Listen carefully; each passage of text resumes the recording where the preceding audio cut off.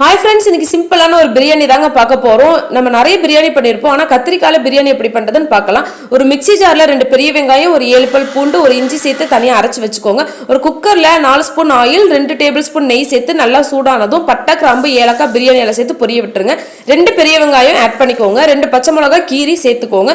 இது கூடவே நம்ம அரைச்சி வச்சிருக்க பேஸ்ட்டை போட்டு நல்லா பச்சை வாடை போகிற அளவுக்கு வதக்கிக்கோங்க. ஒரு மீடியம் சைஸ் தக்காளி ஆட் பண்ணிக்கோங்க. ஒரு கைப்பிடி புதினாவும் மல்லித்தலையும் சேர்த்து போட்டுக்கோங்க. கத்திரிக்காவை இந்த மாதிரி கீரல் போட்டு ஆட் பண்ணிக்கோங்க. நல்லா இதெல்லாம் ஃப்ரை ஆனதும் 2 டேபிள் ஸ்பூன் மட்டன் மசாலா, ஒரு அரை மூடி எலுமிச்சை பழத்தை பிழிஞ்சு இது கூட சேர்த்துக்கோங்க. நான் வீட்டு ரைஸ் தாங்க எடுத்திருக்கேன். இதையும் போட்டு நல்லா ஃப்ரை பண்ணிக்கோங்க. ஃப்ரை பண்ணதுக்கு அப்புறம் தேவையான அளவு தண்ணி சேர்த்து உப்பு சேர்த்து குக்கர் மூடி போட்டு மூடிடுங்க.